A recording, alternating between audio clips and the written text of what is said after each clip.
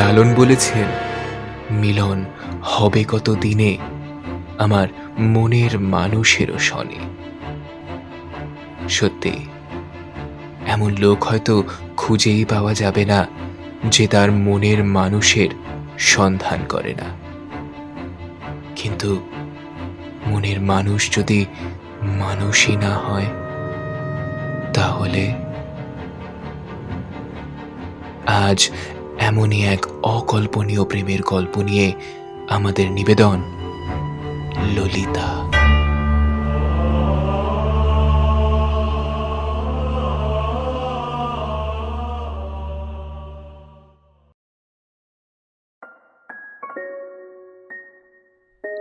কিছু মানুষের ভেতর এমন এক সৌন্দর্য আছে যা যা এক ঝলকে দেখলে কাল্পনিক মনে হয়।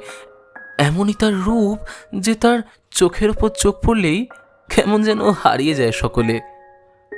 কপালে ছোট কালো টিপ, মুখের করণ পান পাতার মতো, পদ্ম ফুলের রঙের পাতলা ঠোঁট, ছিপছিপে গড়ন। ললিতা কোনো সাধারণ নারী নয়। ললিতা এক মন মাতানো অভ্যেস যে বারবার ফিরে আসে মনের আড়ালে। ললিতা একটা মন খারাপের ঋতু, মেঘনা চাইতেও জল এনে দেয় যে চোখে। এমন নারীর সান্নিধ্য কজনই বা পায়। আবার অনেকে যেন ললিতাকে পেয়েও হারায়।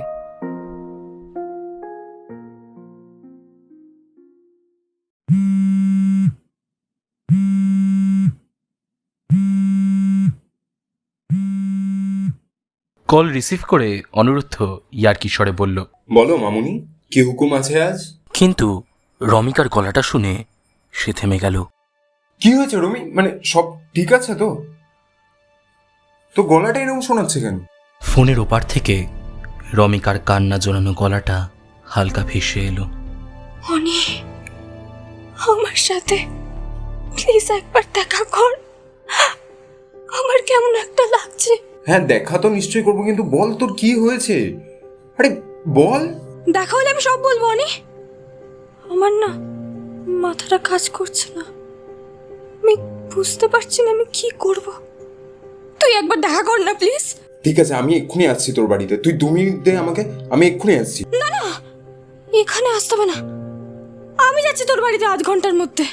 ঠিক আছে, আয় তুই, আমি আছি বাড়িতে, তাড়াতাড়ি আয়। ফোনটা কেটে দিল রমিকা। অনিরুদ্ধ ফোন হাতে নিয়ে অবাক হয়ে ভাবতে থাকলো, কি এমন ঘটলো রুমির যে ওকে এতটা চিন্তিত লাগলো, এতটা উত্তেজিত হয়ে গেছে ও? দেখি ও আসুক, কি হয়েছে ওর। ঘর গোছাতে গোছাতেই আধ ঘন্টার মধ্যে রমিকা দরজায় এসে টোকা মারে।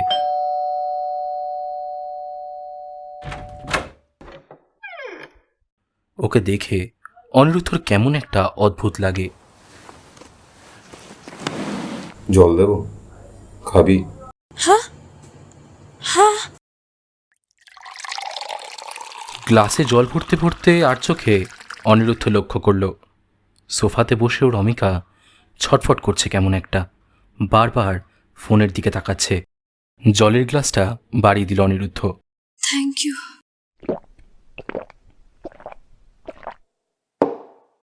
হ্যাঁ, এবার বল কি হয়েছে রমি তোর? তোকে এরকম দেখাচ্ছে কেন?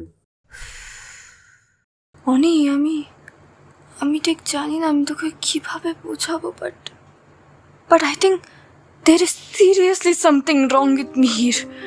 রমিকা হঠাৎ সোফা ছেড়ে অনিরুদ্ধর পাশে বসে তার হাতটা চেপে ধরে। অনিরুদ্ধ চোখ হাতের দিকে যায়। আলতো করে রমির হাতের ওপর নিজের হাতটা রেখে অনিরুদ্ধ বলে, কি হয়েছে রমি? বল খুলে আমায়। কেন বলছিস না ঠিক করে? বল। মেয়ের না সুস্থ নেই অনি, ওনা পাগল হয়ে গেছে, ঘোরতর উন্মাদ। অনিরুদ্ধ অবাক দৃষ্টিতে রমির মুখের দিকে তাকিয়ে থাকে।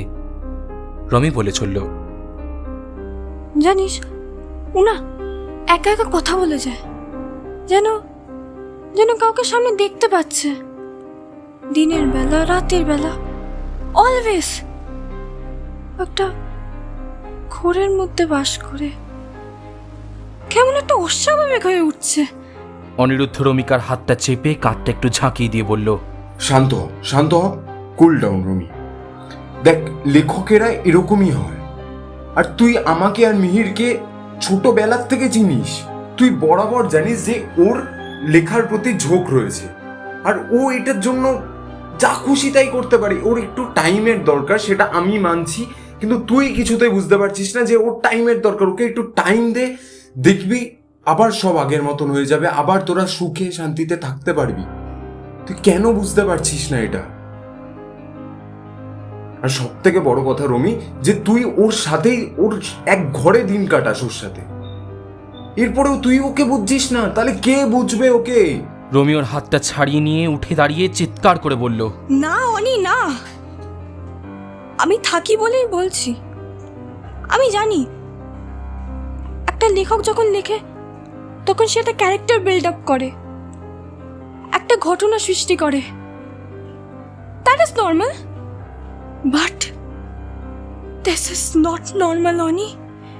হি is hallucinating Oni, and not just hallucination, ওই চরিত্রটার প্রেমে পড়ে গেছে।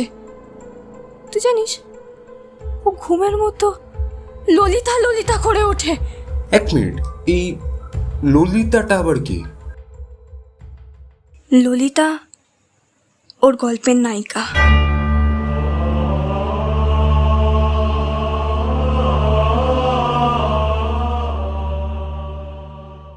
কি? Are you serious? আমি ওর ম্যানুস্ক্রিপ্ট পড়েছি। এটা একদিনের ঘটনা নয়, ওকে দিনের পর দিন লক্ষ্য করছি।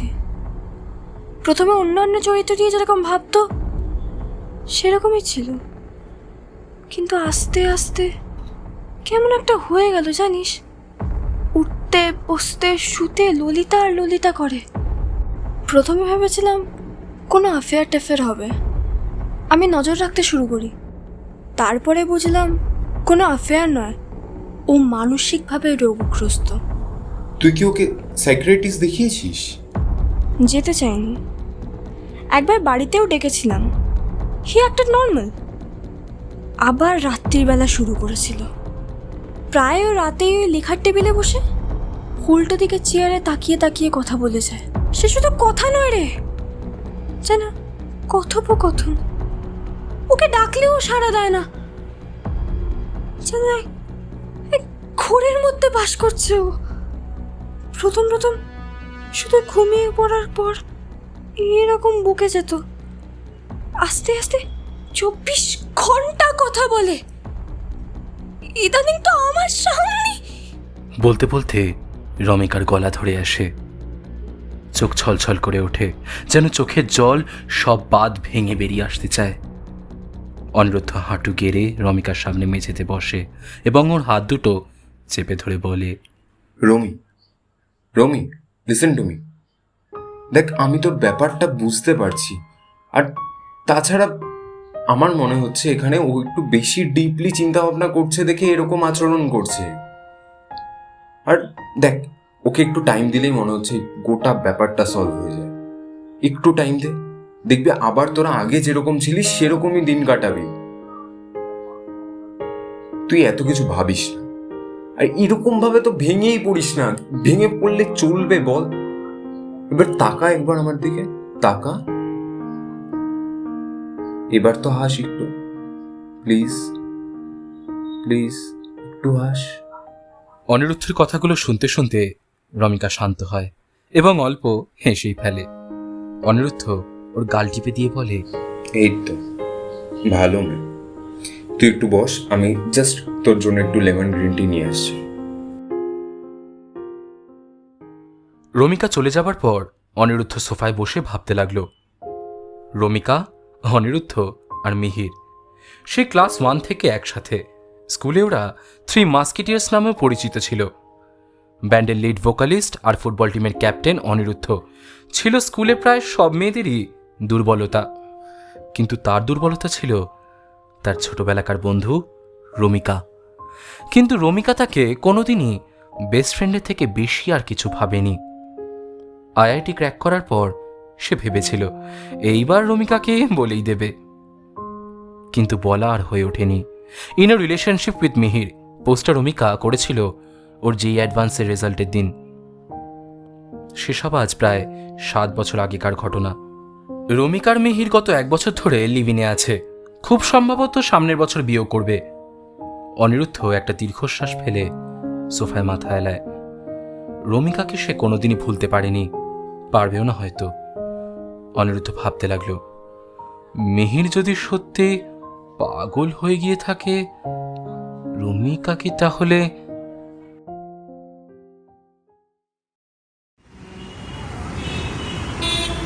অনিরুদ্ধর সাথে কথা বলে রমিকার মনটা একটু হালকা হয়েছিল। হয়তো অনিরুদ্ধ ঠিকই বলছে, হয়তো সত্যি একটু বেশি ভাবছেও। বাসে যেতে যেতে বাইরের দিকে তাকিয়ে চোখের সামনে পুরনো স্মৃতিগুলো ভেসে উঠল। ছোট থেকে লেখালেখির প্রতি মিহিরের অত্যন্ত ঝোঁক। সাইকোলজিতে মাস্টার্স কমপ্লিট করে মিহির যখন ডিসাইড করলো যে ও লেখাটাকেই পেশা হিসেবে বেছে নেবে, রমিকার বাড়ি থেকে তাদের সম্পর্কটা নিয়ে প্রচণ্ড আপত্তি আসে। কবিদের ভাত জোটে না, এই কথা প্রত্যহ শুনতে শুনতে রমিকা বাড়ি ছেড়ে বেরিয়ে এসেছিল। পুরোটা সময় মিহিরের পাশে থেকেছে রমিকা, যাতে সে তার লেখাটা চালিয়ে যেতে পারে। আস্তে আস্তে সাফল্যের মুখও দেখছিল। 2টো বই বেরিয়েছে। 3 নম্বর বইয়ের ডেডলাইনটা সামনের মাসে। বনলতা সেন মিহিরের প্রিয় বই। ফোনের পাসওয়ার্ডটাও ওই নামেই। মিহিরের 3য় বইয়ের নাম ললিতা, একটি অপরূপ নারীর অসামান্য জীবনযুদ্ধ। অনেকদিন ধরেই এই চরিত্রটাকে নিয়ে মিহির বড্ড ভাবছে। রমিকা জানালায় মাথা হেলায়, হয়তো একটু বেশি পজিটিভ হয়ে যাচ্ছে সে। লেখা শেষ হওয়ার পর মিহির নিশ্চয়ই আবার আগের মতো হয়ে যাবে, কিন্তু যদি না হয়, যদি পাগলামোটা চলতেই থাকে। ভয় রমিকার চোখ বুঝে মাথা নিচু করে, কপালের দুদিকটা ঢিপ ঢিপ করছে। ঠিক করে ঘুম হচ্ছে না তার, তার ঘুমের দরকার।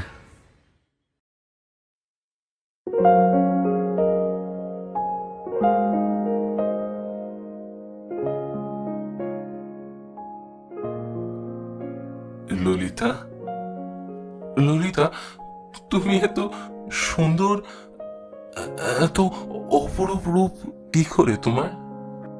তুমি আমাকে যত্ন করে সাজাও বলে। যেদিন যেদিন তোমাকে প্রথম স্পর্শ করেছিলাম, আমার সর্বাঙ্গে শিহরণ খেলে গেছিল। তোমার ওই ঘন কালো মেঘের মতো চুলে আমি না নিজেকে ডুবিয়ে নিয়েছিলাম। তোমার ওই কাজল মাখা চোখে নিজেকে হারিয়ে যেতে দেখেছিলাম। তোমার ওই ভেজা ঠোঁটের সাথে নিজেকে লিপ্ত করেছিলাম। তোমার শরীরের ঘ্রাণে নিজেকে স্নিগ্ধ করেছিলাম। আমি যে হারিয়ে যাচ্ছি ললিতা, আমি যে ডুবে যাচ্ছি অতল সাগরে। আমি আছি তো, ভয় কেন পাচ্ছ? আমি যদি নিজেকে আর খুঁজে না পাই? নিজেকে হারিয়ে ফেলার নামই তো ভালোবাসা। ভালোবাসো তুমি আমায়? খুব খুব, নিজের থেকেও বেশি, এই পৃথিবীতে সবকিছুর থেকে বেশি। আমায় নিজের মধ্যে মিলিয়ে নাও ললিতা, আমি তোমার সাথে এক হয়ে যেতে চাই। মিহির, বন্ধ করে সব। শান্ত হরমিকা, চিৎকার করিস না এভাবে। মিহির চেয়ার ছেড়ে উঠে দাঁড়ায়। ও আমাকে কেন এত অপছন্দ করে? ওর ব্যবহারে কিছু মনে করো না ললিতা, আসলে এরা তো পার্থিব মোহে লিপ্ত। ভালোবাসার স্বতন্ত্র রূপকে এরা বুঝতে পারে না। কি যা তা বলে যাচ্ছিস তুই? কার সাথে কথা বলছিস? কে আছে ঘরে? কে কে আবার থাকবে? ললিতা তো, চিনিসই তো ওকে। ওই দেখ, তোর উগ্র ব্যবহারে কেমন কেমন জোরসোর হয়ে বসে আছে। টেবিলের পাশে রাখা খালি চেয়ারের দিকে আঙুল দিয়ে দেখায় Mihir. This is not funny anymore, Mihir. I am fed up with this drama. আমি কি করেছি? এরকম করছিস কেন? মিহিরকে একটা ধাক্কা মেরে দূরে সরিয়ে দেয়। মিহির, ঘরে তুই আর আমি ছাড়া কেউ নেই মিহির। কেউ থাকে না এখানে।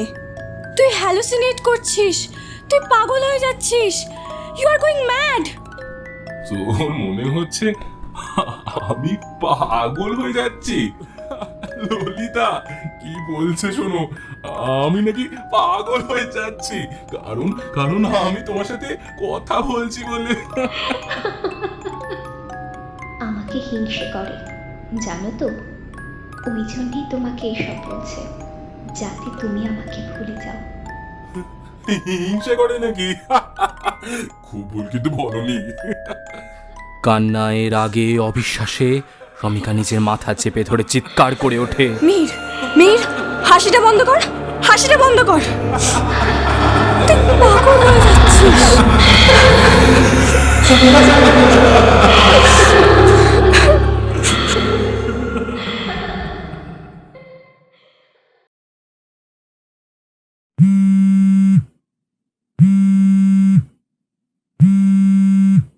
অনিরুদ্ধ ধরপড় করে বিছানায় উঠে বসে। এত রাতে রমিকার ফোন। উঠে বসে ফোনটা কানে নিল সে। হ্যাঁ, হ্যালো। হ্যাঁ রমিকা, সব ঠিক আছে তো? বড় রাস্তার মোড়ে দাঁড়িয়ে আছি, একটু আসবি?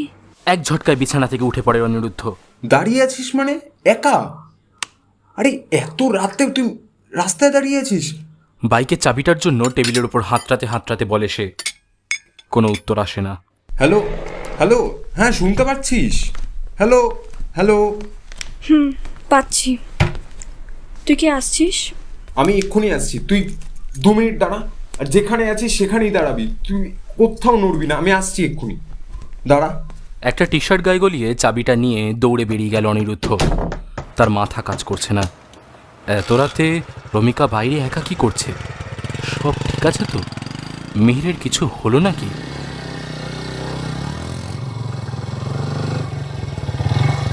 বাইকের লাইট পড়তে সাদা চুড়িদার পরা রমিকাকে দেখতে পেল সে। রাত প্রায় 2টো বাজে। বাইকটা স্ট্যান্ডে দাঁড় করিয়ে ছুটে ওর কাছে এলো। রমিকার চোখ শান্ত, চুলটা উস্কো খুস্কো, চোখের কাজল ঘেটে গেছে। অনিরুদ্ধ বুঝতে পারল প্রচণ্ড কান্নাকাটি ও মানসিক হতাশায় রমি একেবারে ভেঙে পড়েছে। বাইকে করে খুব সাবধানে তাকে এনে ঘরে সোফাতে বসালো। অনেকক্ষণ চুপ থাকার পর রমিকা আস্তে আস্তে বলল, সব শেষ হয়ে যাচ্ছে, আমার জীবনটাই মিথ্যে হয়ে যাচ্ছে জানিস। অনিরুদ্ধর হাতটা শক্ত করে চেপে ধরল। আমি না পাগল হয়ে যাচ্ছি অনি, আমার আর বাঁচতে ইচ্ছা করছে না।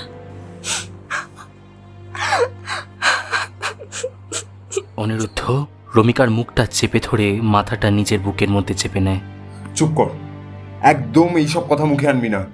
এরকম বলিস না প্লিজ, আমি তোর হাতে পায়ে ধরছি, প্লিজ ভাই এইসব কথা মুখেই আনবি না কোনোদিন। রমিকা অনিরুদ্ধকে জাপটে ধরে হাউ হাউ করে কাঁদতে থাকে। আমার আর ভালো লাগছে না, আমি আর পারছি না।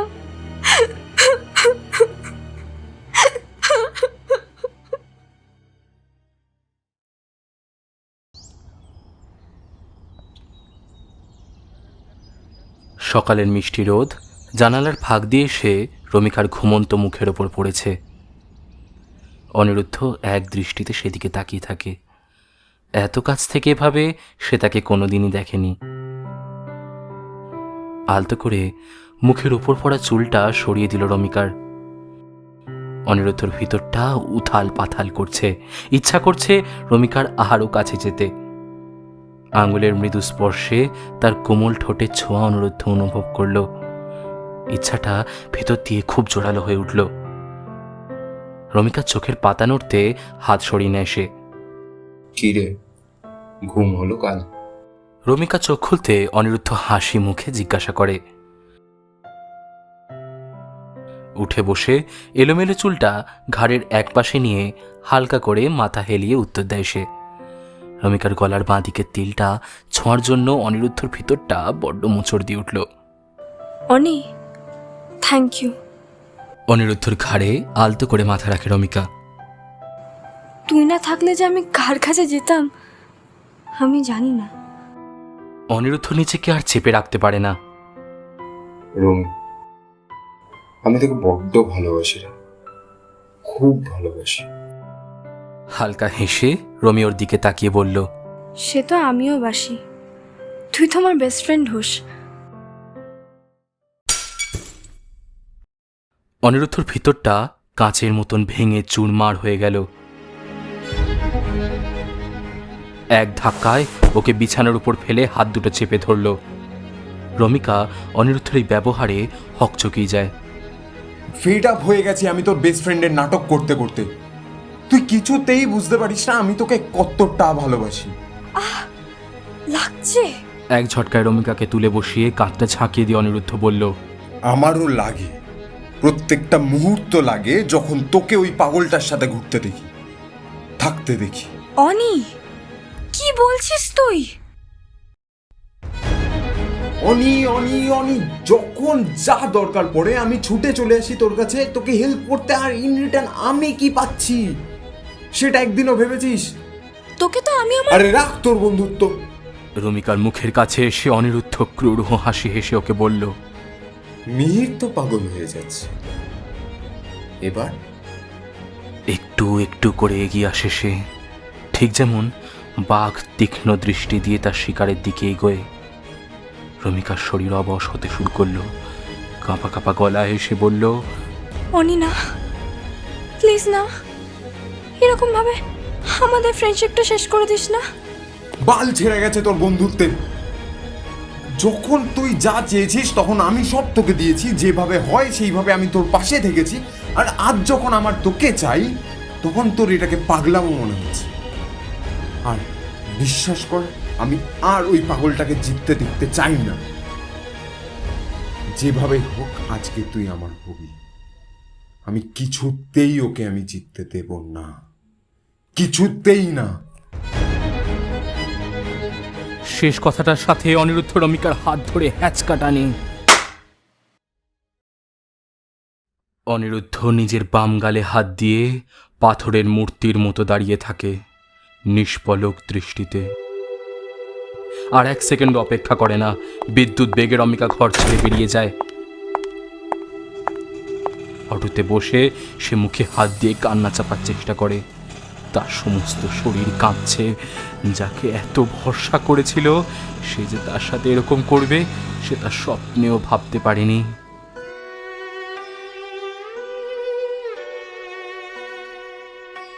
রুমে ঢুকে বাথরুমে গিয়ে শাওয়ার চালিয়ে প্রচণ্ড জোরে কাঁদতে থাকে সে।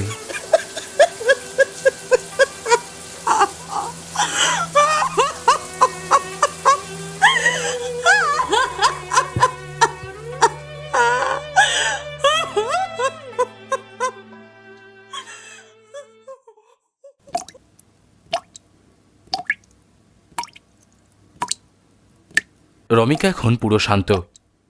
আস্তে আস্তে উঠে মিহিরের ঘরে এসে দাঁড়ায়।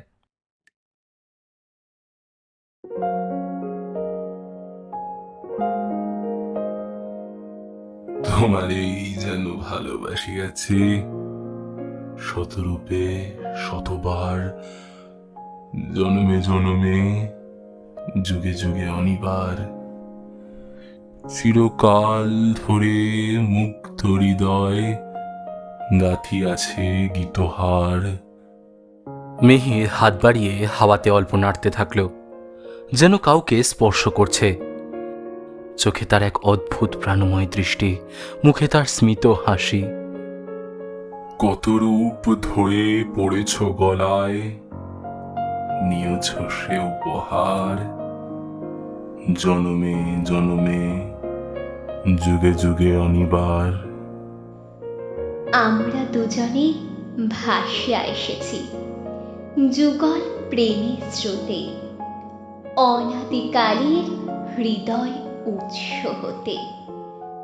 আমরা দুজনে করিয়াছি খেলা কোটি প্রেমিকের মাঝে, বিরহ বিধুর নয়ন সলিলে মিলন মধুর লাজে। মিহিরের হাতে সে তার গাল ঠেকিয়ে নিয়ে মৃদু চুম্বন করে। পুরাতন প্রেম নিত্য নূতন সাজে। কাঁচ ভাঙার শব্দে মিহির চমকে তাকায়। শেলফের উপর রাখা শোপিসটা নিচে চূর্ণ হয়ে পড়ে আছে। সম্পূর্ণ ভিজে অবস্থায় রমিকা এক দৃষ্টিতে মিহিরের দিকে তাকিয়ে। মজা লাগছে, মজা লাগছে না? আমাকে পাগল বানাতে চাস, তাই না? তোদের তোদের সবার কাছে আমি যেন হাস্যাস পড়তে হয়ে গেছি। মিহির অবাক হয়ে দেখছে রমিকাকে। তোদের যখন যা ইচ্ছা আমার সাথে করে যাবি, এটাই ভেবেছিস তো তোরা? মিহির একবার তার বাঁ দিকে তাকায়, আবার রমিকার দিকে তাকায়। রমিকা মিহিরের দৃষ্টি লক্ষ্য করে ডান দিকে খালি চেয়ারটার দিকে তাকায়। নাটকটা তুই শুরু করেছিস আর শেষ আমি করব। এক লাথিতে চেয়ারটা উল্টে ফেলে দেয়। মিহির চিৎকার করে ওঠে। রমিকা ঠাসে মিহিরকে একটা থাপ্পড় মারে। নাটক সবার বের করে দেব, সব জ্বালিয়ে ছাড়কার করে দেব, সব শেষ করে দেব, আমি সব শেষ করে দেব। মিহির ছুটে চেয়ারটার সামনে গিয়ে কাউকে যেন ধরে তোলে। না না না না রমিকা, তুই ওইগুলোর হাত দিবি না রমিকা। মিহিরের চোখ ঠিকরে বেরিয়ে আসছে। সে রমিকার হাত দুটো চেপে ধরতে যায়। রমিকা তাকে এক ধাক্কা মেরে দূরে সরিয়ে দেয়। টেবিলে রাখা পাতাগুলো সে কুচি কুচি করে ছিঁড়ে ফেলছে একের পর এক। না না না না না রমিকা, রমিকা এটা তুই করবি না রমিকা। রমিকা তোকে আমি বারণ করছি রমিকা, নিবি হেল্প দিস না এটা। রমিকার ক্রূর হাসি মিহিরের রক্ত হিম করে দেয়। মাথা নাড়িয়ে রমিকা বজ্রের মতো কঠিন কণ্ঠে উত্তর দেয়, না, আমাকে যে এতদিন নরক যন্ত্রণায় জ্বালিয়েছে, আমি তাকে ছাড়বো না, জ্বালিয়ে শেষ করে দেব আমি।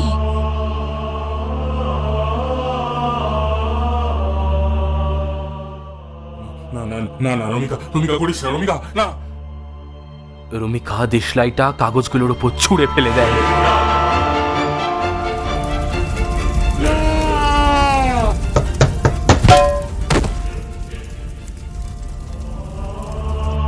রমিকার নিথর দেহটা মাটিতে লুটিয়ে পড়ে। কানের পাশ থেকে গরম রক্তে মেঝে ভেসে যাচ্ছে। অর্ধেক পুড়ে ছাই হয়ে যাওয়া কাগজগুলোকে মিহির কোনো রকমে হাত দিয়ে নেভাবার চেষ্টা করে। না না না ললিতা, আমায় ছেড়ে যেও না ললিতা, যেও না।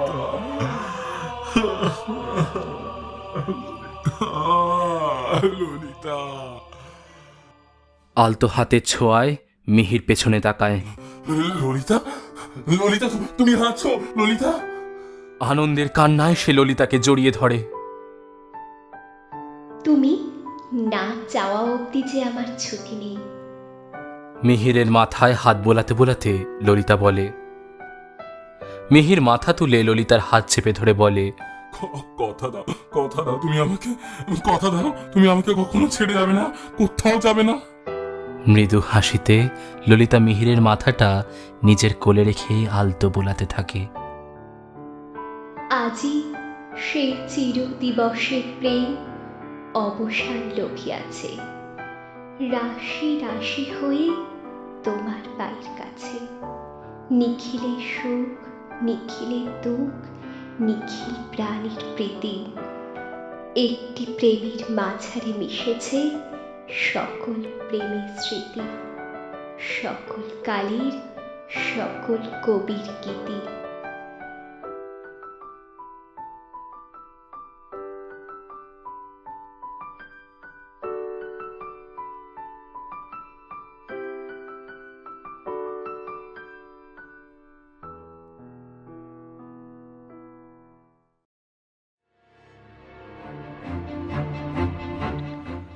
এতক্ষণ শুনছিলেন ললিতা, লিখেছে ঋষিতা ব্যানার্জি, সূত্রধার আমি সৌনক, গল্পপাঠ ও মিহিরের ভূমিকায় শাশ্বত, রমিকার চরিত্রে অদ্রিজা, ললিতার চরিত্রে অন্বেষা ও অনিরুদ্ধের চরিত্রে ঋষি, গ্রাফিক্স ও পোস্টার ডিজাইনে রূপ, সম্পাদনায় ও আবহ সঙ্গীতে সায়ন, সমস্ত পরিকল্পনা ও পরিচালনায় ঋষিতা, অনিশ ও মৈনাক। পছন্দ হলে অবশ্যই লাইক করবেন এবং এরকমই আরও গল্প শুনতে সাবস্ক্রাইব করুন আমাদের চ্যানেল ডিসকভার ইউতে। ধন্যবাদ।